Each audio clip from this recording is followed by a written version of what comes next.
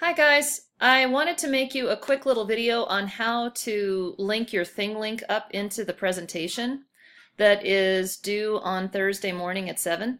And so here I am at ThingLink, and just really quickly to show you guys, all you have to do is you go and you log in like you normally do with Google.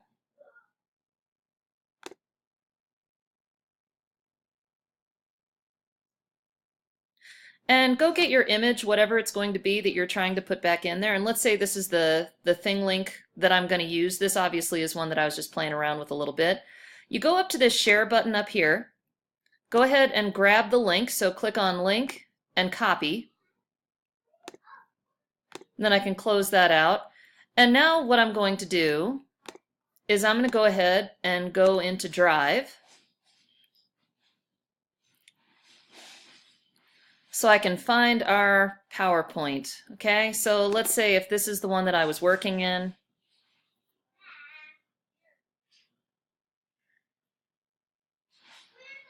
Let's say that it's going to take a minute for it to load, but let's say if I want to link my ThingLink to the image that's in my slides, if I was in the Nuremberg Trials group, I've got these two images. Actually, wait, let's use the Marshall Plan one since it's the exact same image.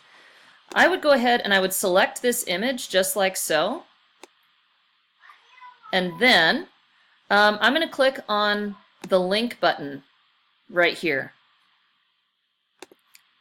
And it says Insert Link. Now I'm going to go ahead and click to copy and paste. Just Control or Command V on my computer. And apply, and now you can see that it's linked to ThingLink. So I'm able to go ahead and once this presentation's all set to go, students are able to just click on the image and see what all you've done. So that's all linked up now. Now let me put this in present mode to demonstrate it for you.